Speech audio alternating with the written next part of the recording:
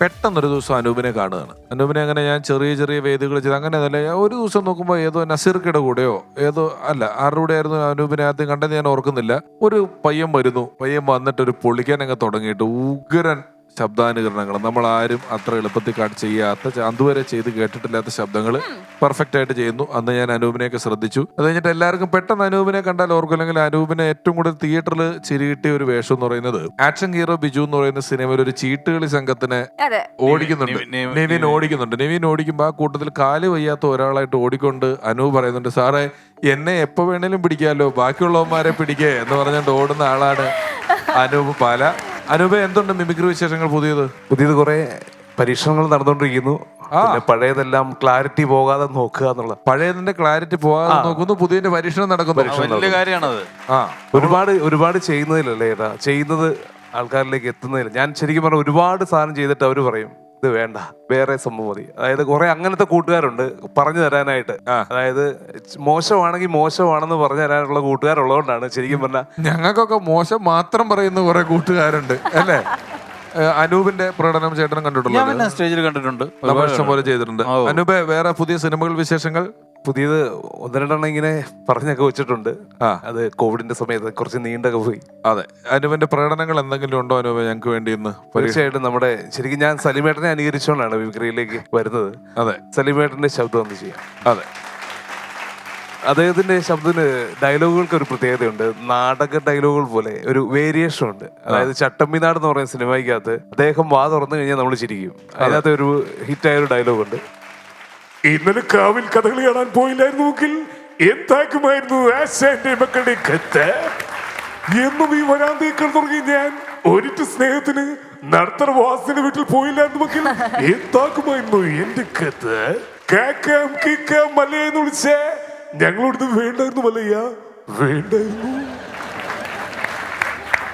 ഇനി നമ്മുടെ ബാബുരാജ് ചേട്ടൻ, അദ്ദേഹത്തിന് ഒരു പ്രത്യേക ക്യാരക്ടർ ചെയ്തൊരു വേഷമാണ് നമ്മുടെ സോൾട്ട് ആൻഡ് പെപ്പർ എന്ന് പറഞ്ഞ സിനിമ. ശശിയേട്ടാ ഇതൊന്നും എടുത്തരേ, മല്ലിപ്പൊടി 100, മുളക് പൊടി 50, ഉള്ളി 1 കിലോ, 2 രാധാസ്.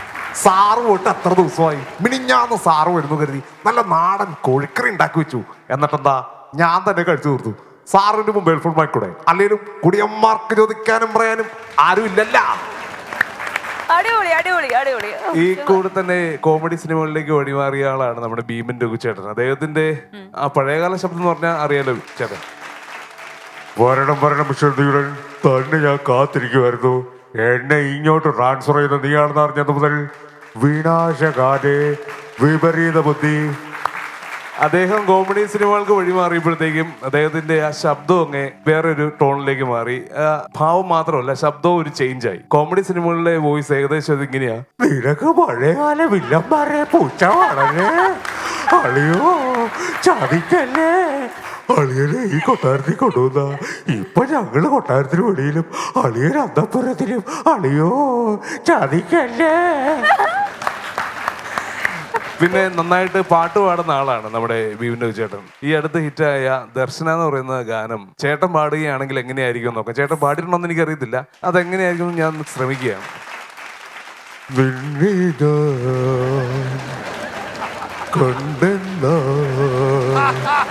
നെഞ്ചിൽ പൂക്കും പ്രളയ ശലഭമിത ദർശന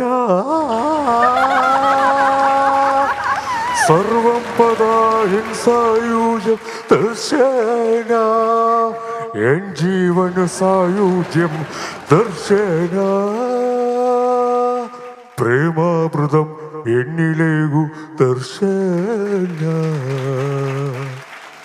അല്ല, ഇവ രഘുചേട്ടൻ പാടുന്നത് പറഞ്ഞുകൊണ്ടുള്ള ഒരു അനുഭവം പറഞ്ഞാൽ, രഘുചേട്ടൻ ഞാൻ എഴുതിയ ഒരു ജയറാമേട്ടൻ്റെ ഒരു ഷോ, ഒരു വലിയ ഫിലിം അവാർഡ്സ് തുടങ്ങാൻ പോവുകയാണ്. ആ ഫിലിം അവാർഡ്സിൽ ഒരു 40 മിനിറ്റ് സെഗ്മെന്റ് ജയറാമേട്ടൻ്റെ ഒരു ഷോ ഉണ്ട്. അതിലൊരു വേഷത്തിൽ രഘുചേട്ടനുണ്ട്. അപ്പൊ ഈ ഫിലിം അവാർഡൊക്കെ തുടങ്ങുന്നതിന് മുമ്പ് 6 മണിക്കൊക്കെ തുടങ്ങിയ വെളുപ്പിന് 4 മണി വരെയാണല്ലോ. അവൈലബിൾ ആൾക്കാരെ വെച്ചിട്ടൊരു പ്രെയർ ഉണ്ടാവും എപ്പോഴും. അപ്പം ഫിലിം അവാർഡ് തുടങ്ങുന്നതിന് തൊട്ട് മുമ്പ് അതിന്റെ ഡയറക്ടർ വന്നു, എല്ലാവരും ഒരു പ്രയർ നമുക്ക് തുടങ്ങാൻ പോവാണ്, ഇപ്പൊ തുടങ്ങണം, 6 മണിയായി ലൈറ്റ് പോയി തുടങ്ങാന്ന് പറഞ്ഞു. അപ്പൊ ഞങ്ങൾ സ്കിറ്റിന്റെ ആൾക്കാരുണ്ട്, കുറച്ച് ഡാൻസിന്റെ ആൾക്കാർ നിൽക്കുന്നുണ്ട്, ജയറാമേട്ടനുണ്ട്, ഞങ്ങൾ എല്ലാവരും ഇങ്ങനെ നിൽക്കുന്നുണ്ട്. ഞങ്ങൾ കുറച്ച് പേര് ചെന്നു, ഭീമന്റെ ചേട്ടൻ ഒരു എസ്ഐയുടെ വേഷമൊക്കെ ഇട്ട് അവിടെ നിൽക്കുന്നുണ്ട്. ഓക്കെ, പ്രയർ എന്ന് പറഞ്ഞാൽ സാധാരണ സ്റ്റേജിന്റെ പിറകിൽ എല്ലാവരും ഇങ്ങനെ സൈലന്റ് ആയിട്ട് നിന്ന് കണ്ണടച്ച് നിന്ന് ഒരു മിനിറ്റ് പ്രാർത്ഥിച്ചിട്ടാണ് ഷോ തുടങ്ങുന്നത്. ഓക്കെ, എല്ലാവരും എത്തി അസംബിളായി റൗണ്ടായിട്ട് നിന്നു. അപ്പം അദ്ദേഹം പറഞ്ഞു, നമ്മുടെ ഷോ തുടങ്ങുകയാണ്, ഇനി നമ്മളെല്ലാവരും അങ്ങോട്ടും ഇങ്ങോട്ടും സഹകരിക്കണം, പരമാവധി ആൾക്കാർ സ്റ്റേജിന്റെ അടുത്ത് തന്നെ നിൽക്കണം, പെട്ടെന്ന് എന്തെങ്കിലും വന്നാൽ കയറാൻ റെഡിയായിട്ട് നിൽക്കണം, അങ്ങനെ എല്ലാ ഇൻസ്ട്രക്ഷനും തന്നിട്ട് പുള്ളി പറഞ്ഞു ഓക്കെ പ്രയർ എന്ന് പറഞ്ഞ എല്ലാവരും കണ്ണടച്ചങ്ങ് നിന്നപ്പം ആ സൈലൻസിൽ രഘുചേട്ടൻ ഗജാനനം ഭൂതഗണാതിസേവിതം,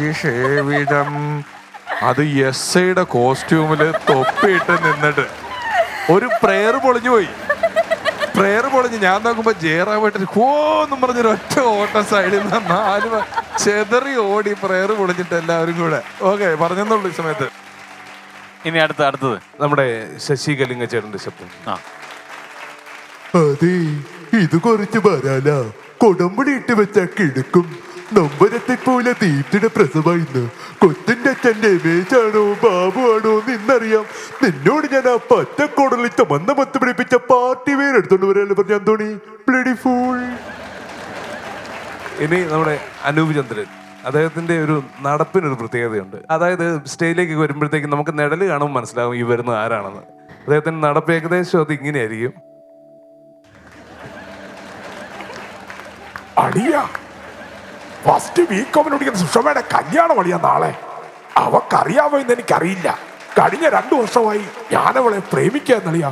ഇച്ചായനാത്തിനാ എല്ലാ ശനിയാഴ്ചയും കള്ളു മേടിച്ചോർത്തി ഈ അപ്പച്ചനെ ചീത്തയാക്കുന്നേ. വേണേ എന്നെ ചീത്തയായിക്കോ, ഞാനൊന്നും പറയത്തില്ല. ഇനി നമ്മുടെ ദുൽഖറിന്റെ ശബ്ദം. ഹലോ, നിങ്ങളിപ്പോ താമസിക്കുന്ന റൂമില് പണ്ട് ഭാഗത്തിന് ഒരു പാവം ചിന്ന ഞാൻ. ഇപ്പൊ അവിടെയുള്ള സാധനങ്ങളൊന്നും എൻ്റെ അല്ല. ഞാൻ താമസിച്ചപ്പോ എന്റെ കൂടെ താമസിച്ചു. ഇപ്പൊ നിങ്ങൾ താമസിക്കുമ്പോ നിങ്ങളുടെ കൂടെ താമസിക്കും. വേണമെങ്കിൽ എടുക്കാം, വേണ്ടേ കളയാം. അതായത് നമ്മുടെ CIA എന്ന് പറയുന്ന സിനിമയ്ക്കകത്ത് അമേരിക്കയിൽ ചെല്ലുമ്പോൾ അവിടെ നമ്മുടെ ജിനു ജോസഫിന്റെ ശബ്ദം. ജിനു ജോസഫ് ദുൽഖറിനോട് പറഞ്ഞ ഡയലോഗ് ഉണ്ട്. ഇവന്റെ ഈ ഇരിപ്പ് കാണുമ്പോഴാ എടാ ഇങ്ങനെ ഞാനും ഇരുന്നിട്ടുണ്ട്. 97 റബ്ബറിന്റെ വില 24 രൂപയപ്പോ വീടിന്റെ മുന്നിൽ കിടന്ന 3-4 വണ്ടി ബാങ്കുകാർ കൊണ്ടുപോയി. സ്നേഹിച്ച പെണ്ണിനെ വേറൊരുത്തൻ കെട്ടിക്കൊണ്ട് പോയി. എന്നിട്ട് ഞാൻ തളർന്നോടാ. ഇവിടെ അന്തസ്സായിട്ടല്ലാണ് ജീവിക്കുന്നത്. ചേട്ടാ ഡീക്കിനെ കാണിച്ചില്ല അപ്പൊ അതുപോലെ യങ്സ്റ്റർ ആക്ടേഴ്സിൽ ആരൊക്കെ വേറെ ആരെങ്കിലും ഒക്കെ? അബി ആർട്ടിക്കിലാണോ വീട്? ആർട്ടിക്കിൾ HDFC ബാങ്കിൽ ജോലി ചെയ്ത ഒരു ഭാസ്കരവനെ അറിയോ? അതെയോ, his my close friend from Bangalore. പ്രശ്നം ഈ ഫോണിന്റെ വീട്ടിലൊന്നുമല്ല. ഇങ്ങനെ പെൺകുട്ടിയോട് സംസാരിക്കാൻ അറിയത്തില്ല. അതറിയാക്കി വിളിച്ചൊരു സോറി പറഞ്ഞൂടെ? ദോശ കഴിക്കണല്ലേ ഭൂപ്പോ. അപ്പോൾ എല്ലാ മിമിക്കിങ്ങും സൂപ്പർ ആയിരുന്നു, ഗംഭീരായിരുന്നു. We all loved it. അപ്പോൾ ചേട്ടാ thank you so much for coming. അപ്പോൾ ഒരുപാട് സന്തോഷവും നന്ദി അറിയിക്കുകയാണ്. ഒപ്പം ഞങ്ങളുടെ ഒരു ചെറിയ സ്നേഹാദരവ് നൽകാൻ ആഗ്രഹിക്കുന്നു. രമേശ് ചേട്ടാ, ഷാജൻ ചേട്ടാ, please come to the stage.